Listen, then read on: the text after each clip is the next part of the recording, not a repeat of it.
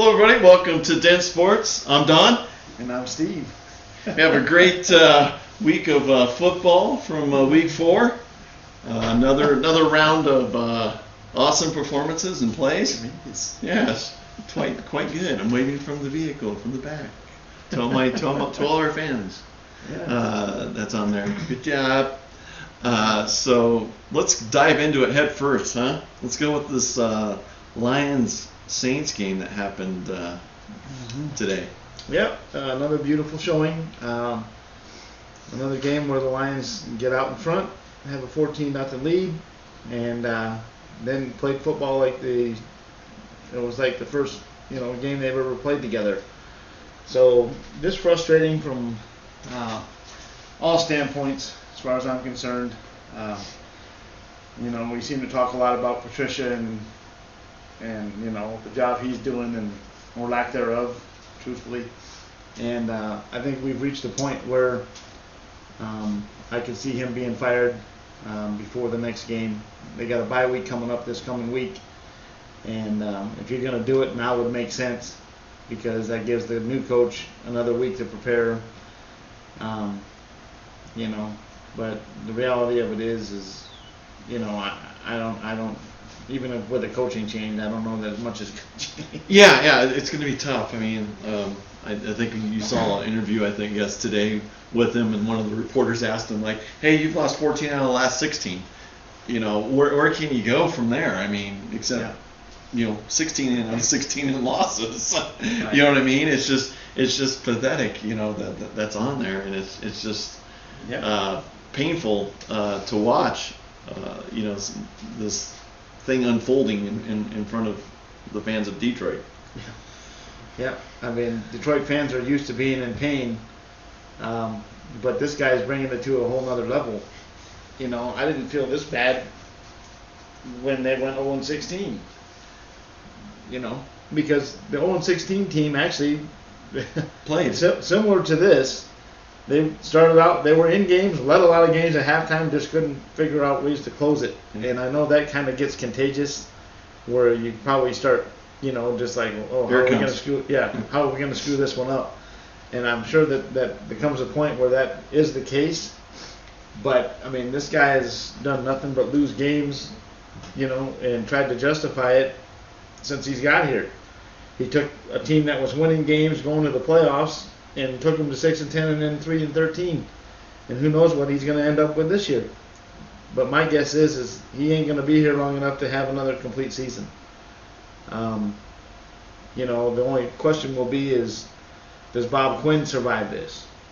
And I truthfully don't know if he should survive it either. I've said from day one that it's the ownership, in my opinion. They've had too many coaches, too many GMs, and this and that for that to be the problem all the time. It's simply ownership. They don't care enough to win, and they're comfortable. They own Ford Motor Company. Ford does well. So they're comfortable. It doesn't matter to them. As long as they get some fans in the stands and get that royalty check from the NFL. Right, and as a whole, they're probably making money on this situation. So they don't have any real pressure to do anything. No. And the fans, God bless them, still support this garbage. Yeah. And until the ownership changes, I don't know that you're ever going to see it change. I mean, what are we going to do? Bring in another coach just so we can blast him in another year and say what a horrible job he's doing? Or be like Caldwell, where you actually win and they blast him for winning. Yeah. Hey, this isn't what we're accustomed to. Get the hell out of here. Right. We don't need you. I mean, that should have been the first indication that Bob Quinn didn't know what the fuck he's doing when he got rid of Caldwell. Yeah. You're going to take a guy that's won games and say, we're out of here with him? I'm going to bring in this guy? Okay, perfect. I mean, that was Bob Quinn's first strike. And, that just tells me everything I need to know about what his leadership ability is. Yeah. And it's really depressing. And, I was last week I was pleasantly surprised and thought, well, maybe they finally won a game. Maybe they'll start figuring out how to win games, because that can be just as contagious, I think. Mm-hmm. Oh yeah, winning is. You start winning games, and then all of a sudden you're creating ways to win games. You find ways to win. Make it happen. But this team never seems to find that. This team's just content with how do we lose this one? And I don't know that that's going to change until leadership changes. So I wouldn't be surprised if Patricia's gone before the next game. At this point, I can't say that if they did it, that it's not justified. In my opinion, it's justified. Because like I've said from day one, I don't think Detroit's talent level is poor. I think if the right guy was at the helm here, this team's winning games, and lots of them. I think they got a lot of pieces. I think Stafford generally is one of the better quarterbacks in this league. And that's the whole concern now is he gonna stick around? New coach? Probably not. Yeah, I wouldn't see it. I see him heading down the road somewhere else. And God bless him if he does. Hopefully he'll get himself into a situation where he can win, because he really deserves it. He put a lot of blood, sweat, and tears into this thing. And hell, the guy was out there playing with a broken back, for Christ's sake. So anybody that questions his abilities and whether or not he cares needs to check themselves into a mental facility, because he's proven it. He makes mistakes, and he made one today. That interception was bad, but you don't usually see those types of plays happening unless a guy's trying to do something. He's trying to make a play. Well, there's no way to. It's very hard to go without any turnovers. It's going to happen eventually. Yeah. Deflections and weird bounces and Yeah. and things like that will occur. But as long as they get back up and keep chucking the rock at it, which he does. Yeah. Every year that I've seen him out there with the Lions. Yeah. I'm not going to fault him when he's trying to make plays, because he's trying to win games ultimately. He gets a lot of criticism from fans and stuff, and I just look at him and say, these people that are criticizing him, you don't. You of all people should know what fucking horrible quarterbacking looks like. You can go back to Scott Mitchell. Right. And he was in the playoffs. Right. Yeah. I don't understand how people can be so. Anybody that's criticizing Stafford, you obviously must not have been a fan for very long, because there's been way worse than Stafford. Way worse. Yeah. And this way, just wait. It could be. Yeah. It could be that. So like I said, I truthfully hope that somebody comes in, takes over, and is able to turn it around to a point where, if he takes over now, and maybe by the end of the season they're winning games. Maybe it's six or seven wins, and has something to build on to where going forward we can have a positive outlook. But I think if you're going to do it, you almost need to make the change now. Otherwise, if you're only making a change soon, I don't know that waiting until week 13 is the time to get rid of them. Because that's not enough time for the new coach to have enough games in to where next year you can go in and say, oh yeah, we're going to be rolling. Yeah, well, yeah, whoever's going to have to be in there, it's going to be a temporary, because again, it's going to be tough to find somebody to pick up the reins with them. But yeah, just as long as the interim coach can come in and get some games on, or at least get the players maybe a different attitude, different voice in the locker room, then maybe they can turn it around. Because obviously the Patricia voice has gone deaf on pretty much all the players.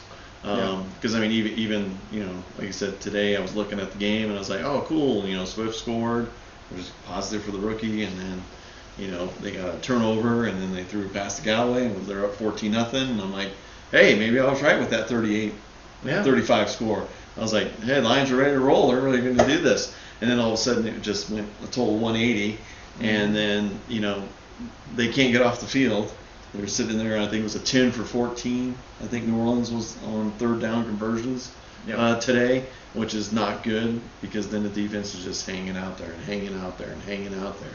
I mean, they were almost 13 minutes of time of possession differential between the two teams. So, that defense was dragging ass.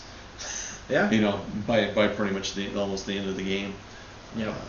And no way to come back and win against that. And then a good opportunity against the Saints because Thomas was out, so there goes one of the Saints were missing 6 players. Yeah, there goes one of Breeze's favorite pieces besides Kamara and everybody else. But hey, they were down, and this is a perfect time for the Lions to pounce, but didn't happen today. Nope. And offensively, they just weren't able to put drives together, and like I said, I at this point, I don't know what else to do but blame coaching and blame ownership. I really think it's ownership. It still comes down to that for me. This ownership group they're content with making money rather than winning games, and you can't have that mindset. And well, you can. It's a pretty nice living that they're having. Collecting that big royalty check from the TV contract and all that stuff that goes with it. So again, it's nice seeing that money come in. But no, and like I said, they own Ford Motor Company, and so there's no real pressure financially for them to Yeah, it's almost like this is a write-off for them. Yeah. Oh, we got to take a loss. Okay, well, here comes the Lions. That helps the books. Yeah, it's easy to sit here and say, oh yeah, well, the owner the Firestone that was kind of in charge until here recently decided she wasn't going to be in charge any longer. She gave these guys an ultimatum about win or out. But what does that really mean? Mm-hmm. Win or out? Oh, okay, well, win what? How many games? Yeah, because it wasn't a playoff, right? Then the ultimatum was like you have to make the playoffs or you're out. That's what I thought it was. Yeah, that's kind of what I was thinking it was. But who knows? I think the problem with this ownership group too is that they generally, they've been all the players from like a treatment standpoint. I think most players that have played in Detroit have good things to say about the organization.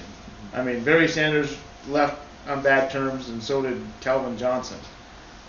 But I don't think it was because they were pissed off with the owners. I think they were pissed off with the management and making decisions that didn't necessarily suit what they thought should have been the case. Mm-hmm. The thing. Well, I was going to say with Sanders, right? Because one big thing was the left tackle, right? Brown. Kevin Glover too. Or Glover, right? Yeah, he wanted Glover to be there, and they're like, "No, he's gone." And then Barry's like, "Oh, Loomis Brown." Yeah. I'm your superstar, right? Why can't you appease to me? Why don't you invest in somebody besides Scott Mitchell? Yeah. We were going places with Rodney Peete, and you can't give me a quarterback or some defense, some nice tools. It was nice to have Herman Moore and Berryman and all those guys that were there. But again, invest back into the group, into the core, and maybe we can do something. The one guy that Barry Sanders loved, like he said, was Loomis Brown. Yeah. And when they let Loomis Brown go, that was him saying, "Okay, I'm fucking out of here." Yeah. The one guy that's had my back and been blocking for me all these years, and I can rely on, you're moving him. Yeah.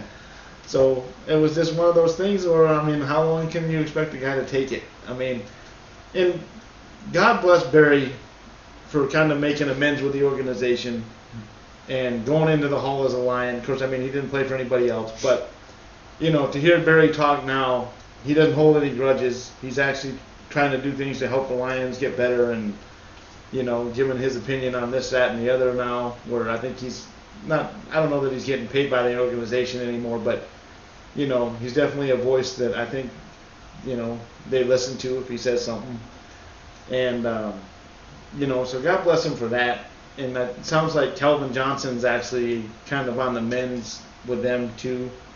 Like they've come out and reached out to him and, trying to make things better. So with all that being said, I mean, my point is that generally the ownership has been looked at as like good people, nice people to play for, you know, take care of their people or whatever. But that ain't winning games. No, it kind of reminds me of the McCaskies with the Bears in a way. That I don't think they even got sometimes even being the nice people part. Most people are like, hey, they're a bunch of a-holes. But still, it's the same thing, right? It's from that same era.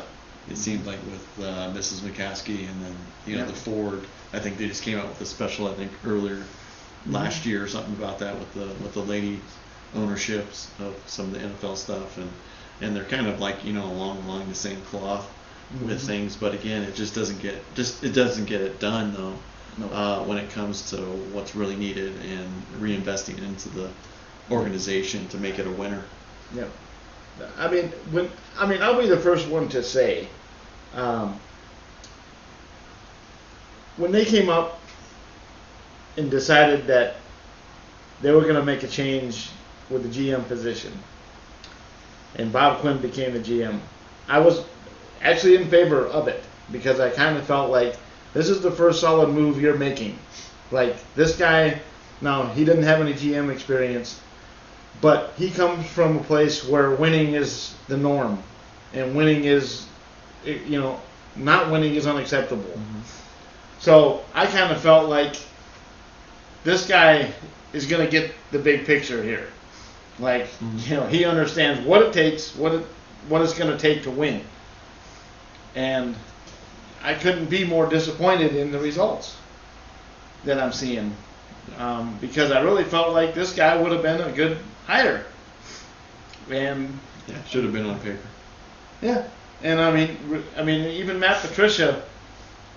I mean, I realize that Belichick's plan hasn't had a whole lot of success outside of when they're under him.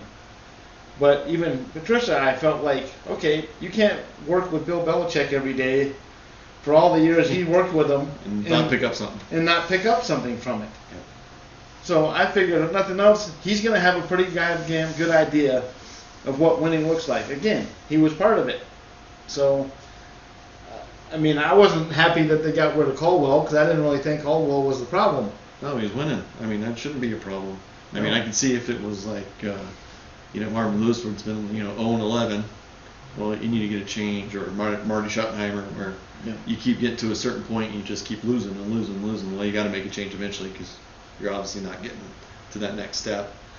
But yeah, to see them actually have 2 successful seasons, that would be something to be like, hey, let's just keep this going. Yeah, let's build upon this. Let's extend his contract. Let's get him the pieces he needs around him. Yep.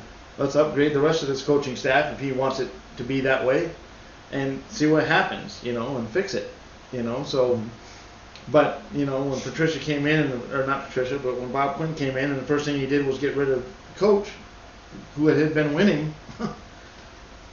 It's a head scratcher. And sometimes it's like, oh, I want to put my stamp on this. Okay, well, great. You put your stamp on it, and you're going to put your stamp on the fucking unemployment check you're going to be receiving. You're doing that well. You're putting your stamp on this one. Yeah. So, I don't know. It's just more frustration, year after year. Always, underachieving. Constantly, we can't always be rebuilding, and I feel like that's what we're always doing. And then Patricia always coming out, like today when I heard that in the press conference, like, oh, when I took over, we had a lot of work to do. No, you really didn't. You had a pretty nice product there. Mm-hmm.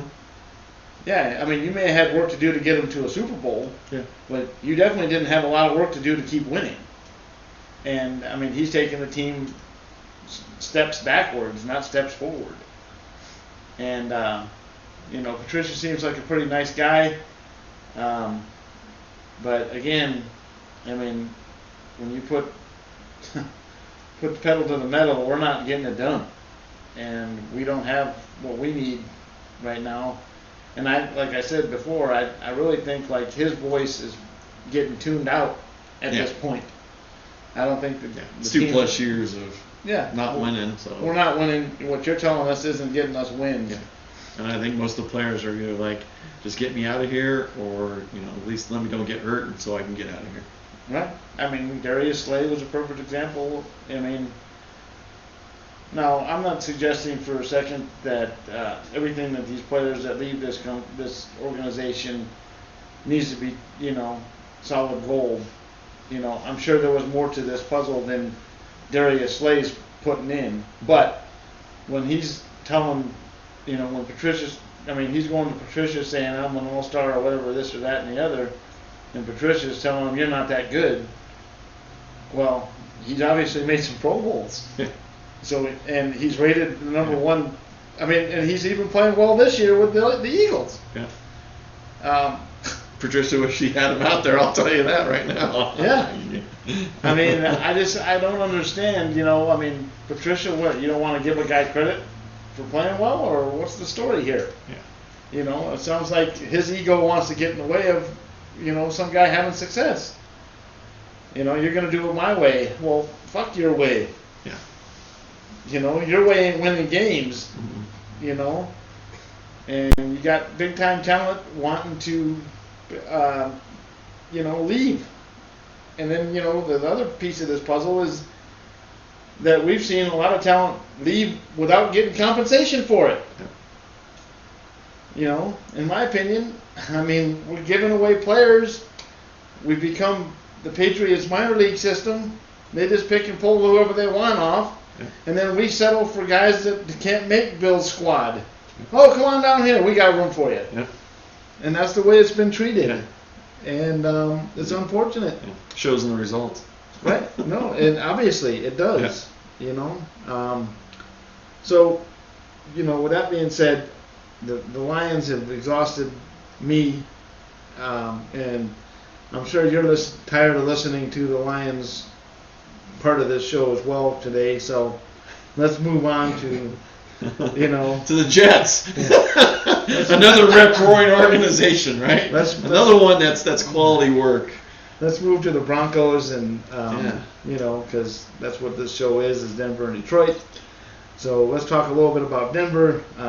It was nice to see them be able to piece together a win, even at the dismay of those that wanted to see them just tank for first pick. And so, that's me. Yeah, I mean, and it's understandable. And we talk about the parallels between these two cities, and there are many. So, and even in the situation Denver's in right now, it's not all that different than Detroit's situation, truthfully. Mm-hmm. You got some pieces, got some talent, but does leadership know what the fuck they're doing to be able to turn it into something? Doesn't seem like it. Seems like they're going in backwards. And again, it's been since the Super Bowl that it hasn't been able to get over the hump per se, because again, we're going through the quarterback carousels, the coaching carousels, every carousel you can go through, we've done, and it's just not changing. And all it is ends up to be losing seasons, and it's getting players hurt, and fans are starting to are irritable because again, used to winning, or at least being competitive.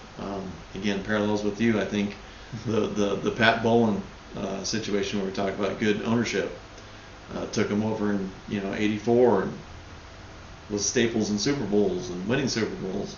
Yep. People wanted to come there. It was a destination. People want to come to Denver and go, hey, let's ball out here. Yep. And then now it's come to the point where again, I don't even there's so many lawsuits and crap going on between the trust fund babies and other people that are trying to get integrated into the ownership problem. So it's just a one hot mess. Yep. That's in there, and I think that's hurting the product on the field.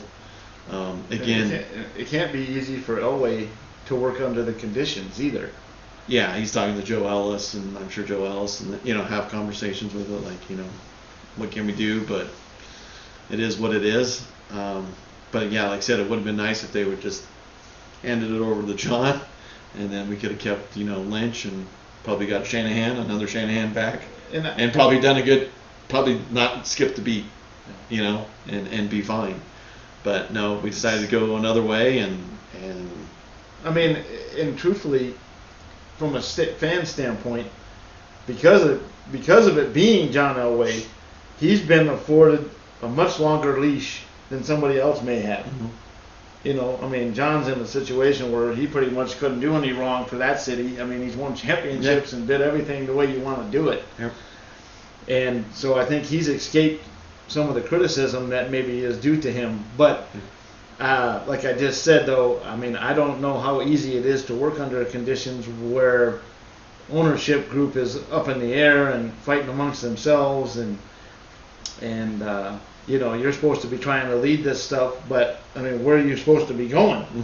You don't even have a direction. No, like I said, it's you could say maybe he lucked out with the Manning thing.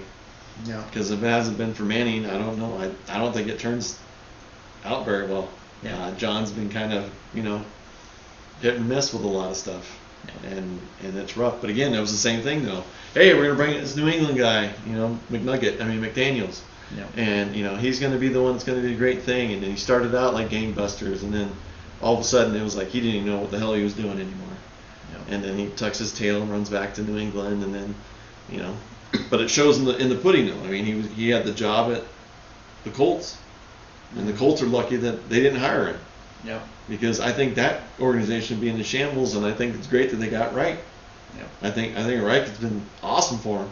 Yeah. They've done a fantastic job, but again, it's this thing of people under Bill, and I don't think any of them are worth it. I mean, Vrabel's about the only one I think that has actually been able to do something, and he still hasn't accomplished a lot, but he's gotten at least a few wins in the playoffs and done some things. But all the rest of them are mediocre. I mean, again, it's the same thing with their players, right? They're great when they play there, and then they come on your team, and you're like, who's this person? This wasn't the person in New England that that we had.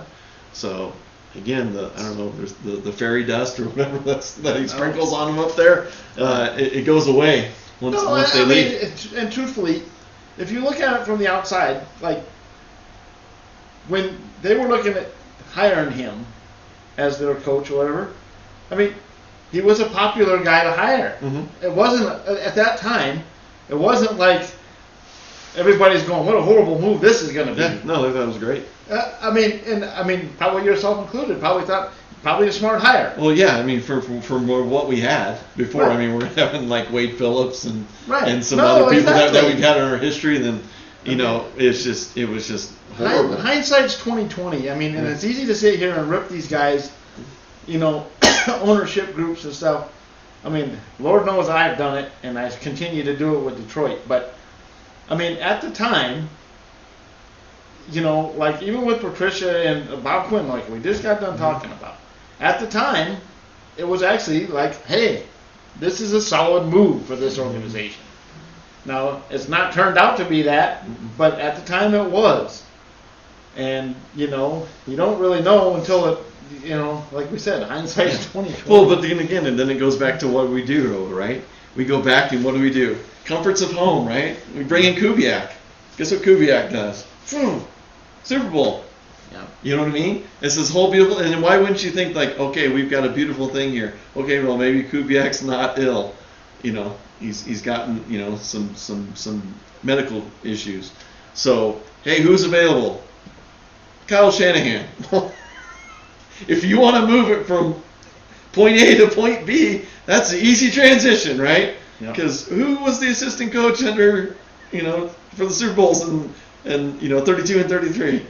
Oh, Mike Shanahan, right? Oh, wow.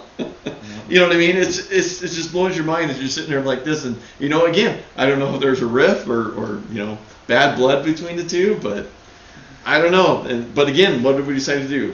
Vance Joseph. It was a horrible call on that, and it's been. Unfortunately, people's ego gets in the way sometimes, with Yeah. stuff. Like, oh, I don't want him getting any credit. Yeah. This is my ship. Yeah. Oh, okay, well, your ship's going to sink. Yeah, it is. Because It is. your ego won't allow you to hire the guy you should have hired. Exactly. It's like do the right thing, right? And Spike Lee, do the right thing. Yeah. Just sit there and figure it out, but do the right do the right thing. Go with what you know. What's worked. Yeah. Instead of trying to reinvent the wheel with this, oh, this guy's going to be, no, he's not. He's not going to do it. So, again, I don't know how many more days Fangio has as far as head coach. I think it'd be great to keep him on as defensive coordinator, and then try to hopefully bring somebody else in on it, and then once we get healthy, might not be too bad. But as we sit there, we got our first win though this Thursday, so it was kind of nice. Ripon didn't play too great, but not horribly. But again, thankfully we were playing the Jets. We were -3 in the turnover ratio, so usually don't win too many games doing that.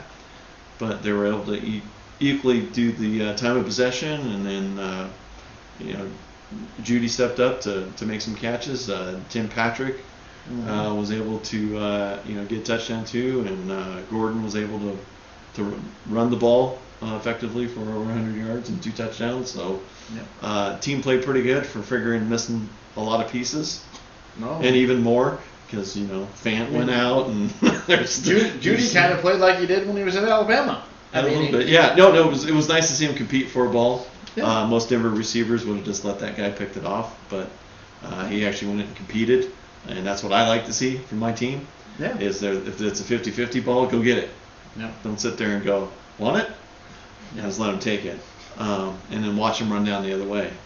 But it was nice to actually see somebody compete for the ball, which is rarely seen. But again another game with injuries, so we're going to be probably missing people for the next week or two. But hopefully we'll get some back as well, because I know Locke might be coming back here really soon. Yeah. So, but we'll see what happens. I don't know if it's going to be the quarterback from the bag with Ripon, Bortles, Locke. Who knows? I'm actually surprised that they haven't played Bortles yet, because he's been there for over a week now. And yeah. I figured the reason they were bringing him in is because it's like, okay, we're pressing the button here, panic. We're pressing the panic button. We're bringing in a proven quarterback. Well, yeah, you have to. The sport goofy pass that Driscoll had against Tampa Bay, roll out, doink, throw it right in the ground 2 yards in front of them. Yeah. That ain't gonna work for you. No. And then, like I said, Ripon again, threw it out in the flat a couple times for me, which I always love that pass. That's always usually pick 6. I don't understand, why you brought Bortles in if you're not playing him. Yeah. Because I think it was short because it was only, since it was a Thursday game, a short week, so it's kind of hard to plug him into a system or know anything about it. Or at least Ripon spent most of the year on it. But again, I think this year, because you have a Thursday game, if it's going to be Bortles, this will be this week. Yeah. Because that would give him at least a week or so to figure it out if he's going to do it. But again, it all depends on what Locke has. If Locke's healthy, I think Locke's got to go. If Locke is healthy and doesn't play, then you really got to fucking question what the future looks like. Yep. If they're going with Bortles, Yeah. Okay. Because, to me, you kind of put your eggs in Locke's basket by not going out and signing somebody in the offseason. So, and I don't disagree with that, because I really did, based upon what we saw from him. He's playing well. Yeah.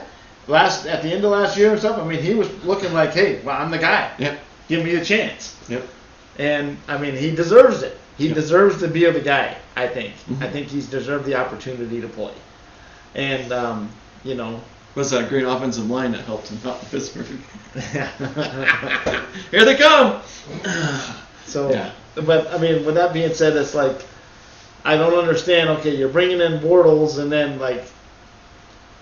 I don't know. If Bortles plays and Locke's healthy, then man, you got to be going, what the hell's going on here?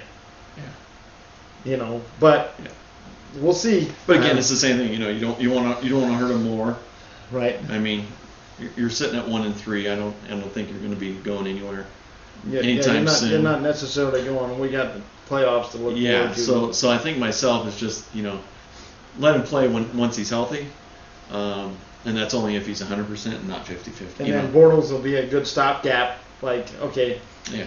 Bortles, I think, has got enough talent. Like, I think he's a little bit better than a Driscoll or somebody like. I think Yeah. he's a better Well, backup. At least he's bigger and he can take shots. Yeah. But I think Bortles has some abilities, better than disabilities, but he's got some abilities. I think he does. I mean. No. Again, and it's nice to have. Maybe he has the same luck what he had with Fournette, right? No. He hand it off to Gordon and let him, move the pressure off, and then once Lindsey's back, because I think he's give him a little running tack, and then he's able to toss the rock when he needs to. He's proven that when things around him are good, he can play in this league. Mm-hmm. He's proven that. Yeah, I mean they waylaid the Pittsburgh in the playoff game Yeah. in Pittsburgh, so Yeah. it's hard to do. Right. No, he's proven that given time to throw the ball and opportunity, he can make it happen. Well, he signed to the wrong place. Right. Give you time to throw the ball. Right. Well, with the swinging gates on the ends. Yeah. My whole point with that is that I think he's probably better than to make the anybody right else they decisions. got. Right. Yeah, the right decisions, like look at the defense, make the proper call, Right. get them out of the bad situations. Yeah. I think he's better than anybody they got on their roster, outside of Locke. Yeah. Is what my point is. Mm-hmm. I think he should be playing above any of those other guys. Yeah. And that's why I'm like, if they come into this next game and he's not playing, then you got to wonder what the hell is going on, because as nice as Rippins looked, I mean, I don't know that he's ever going to be the guy there. You know what I'm saying? No. I don't think he's that type of talent. But I don't know. I mean, if you're bringing Bortles in because, hey, we're in a panic mode, we need somebody good, well then, fuck, he needs to be in there. If Locke's not healthy this week, he needs to be playing. Yeah. I don't think you keep going with this Rippin experiment. Now Rippin's nice, and I think he should probably be the number 3 guy. Yeah. Driscoll's the guy I think is going to be leaving. Hopefully. Nowhere else to be found. Yeah. Maybe he ends up on the Jets. Who knows? Lions. He's already been there. No, he can go back for more. He's already been there. He knows a way that he can just We collect already a know, check. yeah. He doesn't have to do anything. He just Right. sits there and goes, "Hey, Matt, you got it." Okay. Yeah. Well, who knows? Who knows? It's free That agency. goofy organization's life will do anything. So now, if he was playing, if he was up in New England. Yeah. Oh, he's fine. If he was up in New England, then I'd say, oh yeah, Detroit's probably going to bring him in. Oh yeah. Probably trade him a nice draft choice for him. Maybe a high 3. Yeah, I can see that. we'll go that experiment again. But Yeah. I mean, whatever the case is. But my point is that I just think that if you're bringing Bortles in, I mean, and I'm not suggesting Bortles is Superman or anything like that, but No. he seems like more than capable of actually doing He's got something. experience. He's got football experience. Right, and he's got positive experience winning in playoff games and stuff. Mm-hmm. So, I mean, he's not a bad guy to have. Like I said, I'd just be shocked obviously, like we just said, if Locke's healthy, I think he's got to play. Yeah. Because they got to figure out moving forward what's going to happen. Yeah.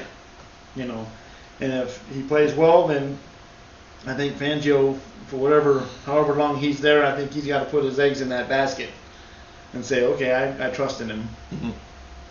And really, he hasn't done anything to give you the sense that he's not going to be the guy. Yeah. I think he's played well enough. I mean, he's made some mistakes, but who's not? Yeah, it's only his 6th game, this 5th or Right, 6th game. and especially with the walking wounded that they got depleted. there. Yeah, everything is depleted and not looking anything like it was supposed to look. No. So I can't blame him if he has a bad game. Like, oh, yeah, you suck. Obviously, we made a mistake with you. I mean, you're not giving me the team or the players around me that I should have or would normally have. Mm-hmm. So I think Locke's. I mean, and from what I've seen from Locke, I think he's got a nice upside, and I think he could be a pretty nice player. But with that being said, I mean, I'm thinking this offseason they're gonna make a run at what's his name from Green Bay. Yeah. I mean, I don't know. We'll have to see. I mean, if the pieces are still there and serviceable, I mean, it's not a bad place to go. I mean, Yeah. you still got Gordon, you got Lindsey, you got Yeah. young receivers, Yeah. which you wanted. but yeah, we'll see. We'll never we'll know what Mr. Elway wants here at the end. We'll see. Yeah. Well, I can guarantee you this: if they're put in the same position that Green Bay's in, I can guarantee you they're not drafting a quarterback when they can get him some offensive help. Mm-hmm. They're not doing that. Yeah. John Elway is not saying you don't need a fucking receiver. Yeah. No. No, I mean, they even did it for these guys, right? Yeah. They're like, hey, we got Courtland Sutton, that's it. Well, we need some receivers. And Right. they went out and got receivers. Right. We'll see how they pan out, but that's what they did, though. They addressed the need that they need. Right. And they went out and got, talent-wise, one of the best receivers that came out of this draft. Yeah. So, I mean, they're proving to you that, hey, we're going to make the moves necessary to try to get it right. Yeah. They're not sitting on their hands going, fuck you. Make sure you get your brown bags ready for the next game, right? Right. I mean, we're not going to disregard what you need and say, we're going to draft a replacement instead. Yeah. No, that wouldn't happen. No, that's not happening. I mean, they didn't even do that when Manning was there, so you know what I mean. They're going to give. If Rodgers was to, if Denver was lucky enough to get a hold of him, I can guarantee you Denver's going to do everything they can to make that guy happy and give him the next 5 years of solid teams around him. Mm-hmm. And that's really what I think he's just wanting. Yeah. I don't even think, if no, because he can carry the team as he's done in Green Bay. Right. He doesn't need much. As long as you have people that are able to run and catch the ball, right, he's okay. Yeah. I mean, his touch and everything is as good as anybody in there now. I don't give a fuck who it is. Yeah. I would take Aaron Rodgers every day and not have any. No, and like I said, he's got a few more years before 40, and when things start going a little wonky usually. So I don't know. We'll see. I mean, makes me excited if that happens. Right. I mean, we could even take Stafford. Yeah. And you probably will. You know what I mean? Because he's not going to be playing in Detroit. Yeah, Driscoll's gone. The number 9's available. Come on down. Yeah. But no, we'll see. But yeah, Rodgers would be good. I mean, yeah. We could use number 12. We haven't had number 12 in a while. Back then, so. I mean, and he's talked about playing into his 40s. Yeah. So, and Denver's not, afraid to bring in a guy that everybody else says is washed up either. And they'll win Super Bowls with him. Yeah. So. We've done it. Yeah. We've done it before. Yeah. So. Okay. Well, I think that puts a wrap on week 4. Yeah. And then we'll go on to the next week, week 5, and we'll come out with another video. I'll probably be in a little bit better mood next week because we simply didn't play. Yeah. So I look at that as a victory. We didn't lose. I ain't got to sit here and pout on it on the TV. Yeah. So but like we said, I mean, it's just very frustrating right now to be a fan of Detroit sports. I mean, it's just, and primarily it's because everywhere I look, I don't care which sport I look at. I mean, we're like, there's nothing to be happy about. I mean, we're at the bottom of the barrel. You're SpongeBob. Yeah, we're at the bottom of the barrel in all the sports. And I mean, especially where it's painful is in the Red Wings situation because they've primarily been one of the better teams for years and years. I mean, you could count on Detroit making the playoffs. They weren't going to be the ones that were letting you down. They may not win the championship, but they're going to be good. And now they're even horrible. So that ownership group has even went shitty. And that's with Yzerman, right? Yeah. Because he was doing well in Tampa. Right. He comes to Detroit and goes, he's leading the way in Detroit now. And I mean, now to his credit, I mean, he hasn't been there long enough to necessarily have it turned around. No. It's a work in progress. Yeah, it's like Sakic. Yeah, a few years to do. So. Right. I mean, it's not easy to come in and say, and next year we're going to be good. Yeah. I mean, I understand that. And I mean, if anybody's going to get a little leash, it's going to be Yzerman. Yeah. Because I mean, that guy poured his heart and soul into hockey in Detroit. I mean, he's kind of like, to me, like Harbaugh at Michigan football. I mean, he's the guy that should be leading it. Yeah. He has a feel for what it means to be a Red Wing. Yeah. And he understands how that team how great it feels to be a Red Wing when things are good. And I think he's the one guy that's capable of saying, I'm going to turn it around and actually believe it. But the rest of it is just garbage. Garbage. I'm hoping Sakic turns around and instead of getting the ice skaters, some of them like him, I need to get some ugly goons like Claude Lemieux and some of the boys that used to pound the crap out of everybody. Right. They need to get a little bit tougher. Like I said, this year was almost a good year, but again, just like everything else in Denver, we're injured. You go from Nuggets to Avalanche to now Broncos. Everybody's hurt. I don't know what's going on. Right. But I saw something about early odds already. Odds coming out, and I guess they're number one, so they're predicted to be the champs for next year. So hopefully, if we can get the young kids to keep taking the next steps. And then, like I said, we almost beat Dallas with a depleted roster. Had the lead with 3 minutes to go, and systematically blew that. No, it's one of those things where it's nice to be in the position to where, it's nice to be talked about as, we're a potential championship holding team. Where rather than being talked about as, hey, you got a good chance to get the first pick in the draft next year. Well, like I said, the Rockies is the one that we go with, right? Yeah. Yeah, they ain't gonna do anything. They're just gonna lose players eventually. So I think I don't know that. We're still in baseball thing, but I think this might be the last year we have Nolan, which will not be good for us. I think he's gonna move on to a big market, and I'm thinking Chicago Cubs, but that's just me though. It's because I totally see Epstein going, we ain't doing this. We're gonna dump Bryant. We're gonna get him out of here. Yeah. We're gonna keep Javi Baez, and we're gonna keep Rizzo. But I think Bryant's gonna be a gone piece. And hey, guess what? You need a third baseman. Hey, why don't you put the best third baseman in the league? Okay. It's the typical. Well, that's the typical thing, right? baseball, right? Good organizations, they spend the money. Yep. To make sure that they're good. Yeah. They're not sitting here pinching pennies, going, well, let's see here. How can we make some money in this thing? Yeah, they're gonna I think gonna take the move, but we'll see what happens. Again, that's another segment. We're dealing with the NFL right now. We're in the midst of that, and it's a lot of pain. We got plenty of time to be miserable about everything else. Yeah, so, exactly.